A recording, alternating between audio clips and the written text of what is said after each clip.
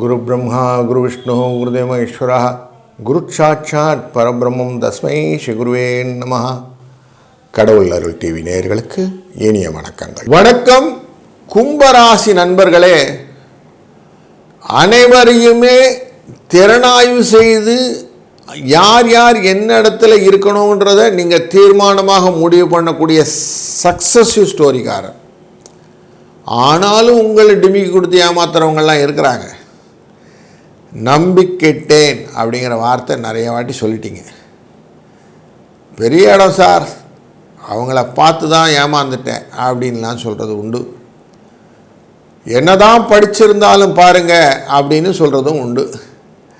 இது எல்லாம் என்னென்ன தெரியலிங்களே, என்ன விதி பயன்னு தெரியல அப்படின்ற எண்ணத்தோடு தான் இன்றைக்கி இந்த காணொலியை பார்க்குறீங்க.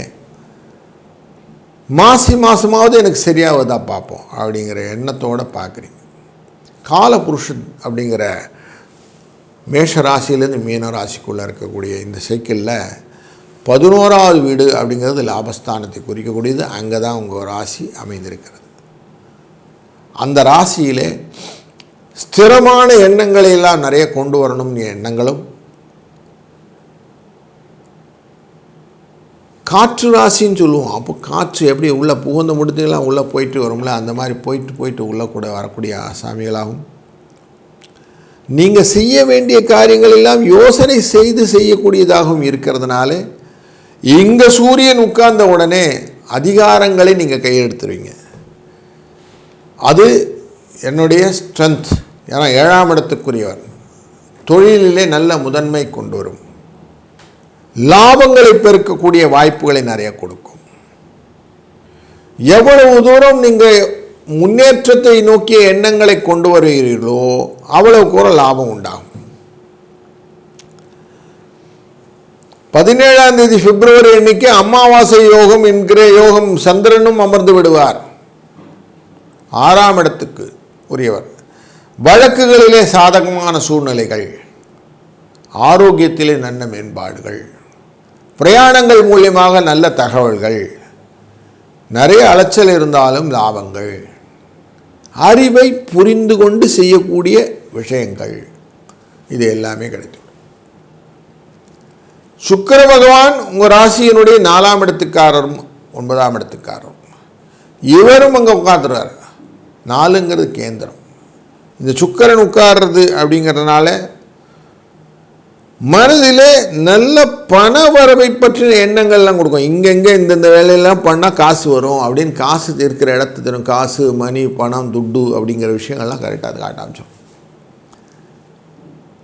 இந்த சுக்கிர பகவான்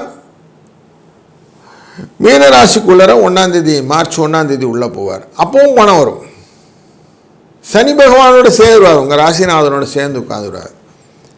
தனித்த சனி அப்படிங்கும்போது வியாதியை கொடுப்பார், ஆரோக்கிய குறைபாடுகளை கொடுத்து கொண்டிருப்பார். இப்போ பணத்தை கொடுக்க ஆரம்பிச்சிடுவார். மெடிக்கல் இன்சூரன்ஸ் போன்றவைகளெல்லாம் உங்களுக்கு பெனிஃபிட்டியராக இருக்கக்கூடிய சூழ்நிலையை காட்டி விடுவார் இந்த சுக்கிரன். கண்ணுக்கு தெரியாத விஷயங்கள் எல்லாம் கொடுக்கக்கூடிய ராகு பகவான் உங்களோட உட்கார்ந்துருக்கிறார். பிளாஸ்டிக் ரிலேட்டட்னு சொல்லுவோம். அப்படி இன்விசிபிள் விஷயங்கள் அப்படின்னு சொல்லக்கூடியது. புத்தி தன்மையை குறைத்து கொள்ளக்கூடிய சூழ்நிலையை கொடுப்பார். ஞானகாரனான கேது பார்க்கிறார் 7ஆம் இடத்துலேருந்து. இருந்தாலும் உங்கள் மனசில் என்ன தோணுச்சோ அதெல்லாம் செய்யணும்னு தோணும். குரு பார்க்கறதுனால கொஞ்சம் கண்ட்ரோல்டாக இருக்கும். அது மட்டும் கொஞ்சம் கேர்ஃபுல்லாக இருக்கும். மனம் போன போக்கெல்லாம் போக வேண்டாம்.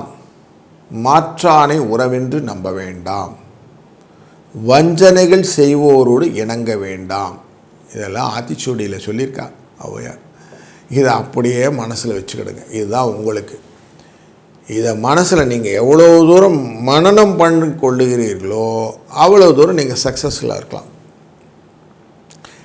ராசியின் 12ஆம் இடத்துக்கு செவ்வாய் இருக்கிறார். முயற்சி ஸ்தானத்துக்குரியவர். வெளி வர்த்தக தொடர்பிலே மறைமுகமாக உங்களுக்கு ஹெல்ப் கிடைக்கும். தைரியத்துக்குரியவர். இது கொஞ்சம் எக்ஸ்ப்ளோர் பண்ணுற மாதிரி இருக்கக்கூடியது 23ஆம் தேதி பிப்ரவரியிலேருந்து கிடச்சிடும். பண வரவை நோக்கிய எண்ணங்கள் இல்லாமல் கொஞ்சம் செலவுகள் ரிலேட்டடாக இருக்கும். செலவு கொஞ்சம் பண்ணால் தான் சார் கிடைக்கும் அப்படின்னு சொல்லுவான். வந்து சொல்லும்போதே சொல்லுவான் அப்படி தான், கொஞ்சம் செலவு பண்ணிங்கன்னா, இது கொஞ்சம் ஃபீஸ் கட்டினீங்கன்னா அப்படின்வாங்க.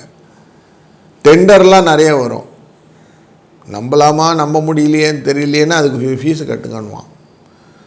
அந்த இஎம்டி அப்படின்னு போட்டுட்ட பிறகு தான் சார் இதை பண்ண முடியும் அப்படின்வான். ஸோ இதெல்லாம் இருக்கும்.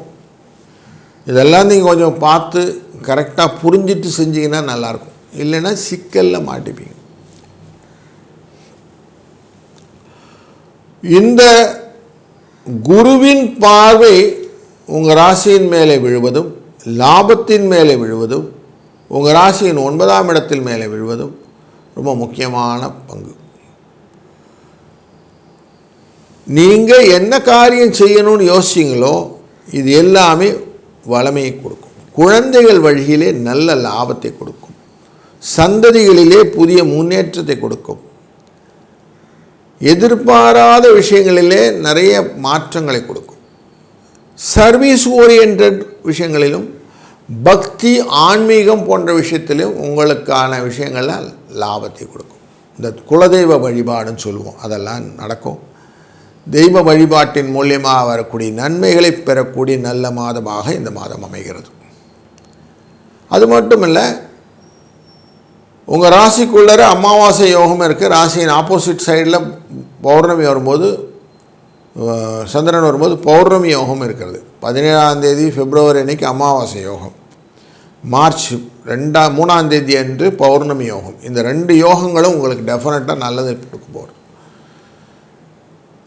இந்த ராகு கேது அப்படிங்கிற அச்சுக்கு வெளியில் தான் இந்த விஷயம் நடக்கிறதுனால உங்களுக்கு மனதிலே என்ன நினைச்சிங்களோ அதை ஃபோட்டோ அப்படின்னு சொல்லுவோம். நீங்கள் மனசில் இப்படி தான் யோசிச்சிங்க, அது அப்படியே ட்ரீம் கம்ஸ் ட்ரூஸ் அப்படின்னு சொல்லுவான். கனவு மெய்ப்பட வேண்டும் அப்படின்னு சொல்லக்கூடிய விஷயங்கள் இந்த மாதத்திலே உங்களுக்கு நிதர்சனமாக புரியும். 17ஆம் தேதி அமாவாசை தான தர்மங்கள் செய்யுங்க.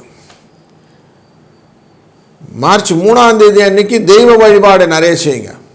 அம்பிகையை சரணடைந்தால் அதிக வரம் பெறலான்னு சொல்லுவான். அப்படி இந்த மாதம் முழுவதுமே நீங்கள் திருக்கடையூர் அபிராமியை மனதில் வைத்து கொண்டு செய்யக்கூடிய காரியங்கள் எல்லாம் வெற்றி தரும். 11 வெற்றி, லாபம்.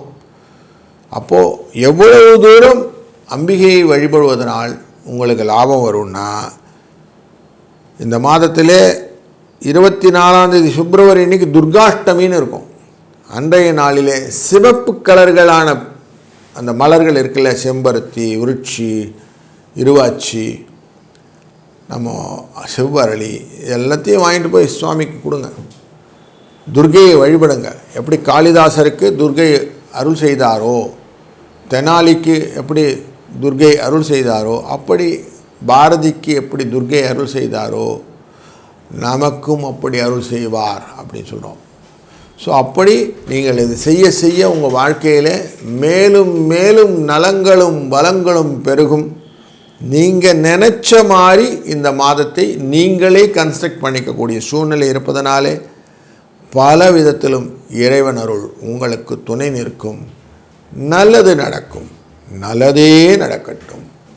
வாழ்க வளத்துடன். கடவுள் அருள் டிவியை பார்த்தமைக்கு நன்றிகள். மேலும் இது போன்ற தகவல்களை தெரிந்து கொள்ள கடவுள் அருள் டிவியை சப்ஸ்கிரைப் செய்யுங்கள். மறக்காமல் பெல் ஐக்கானை கிளிக் செய்யுங்கள்.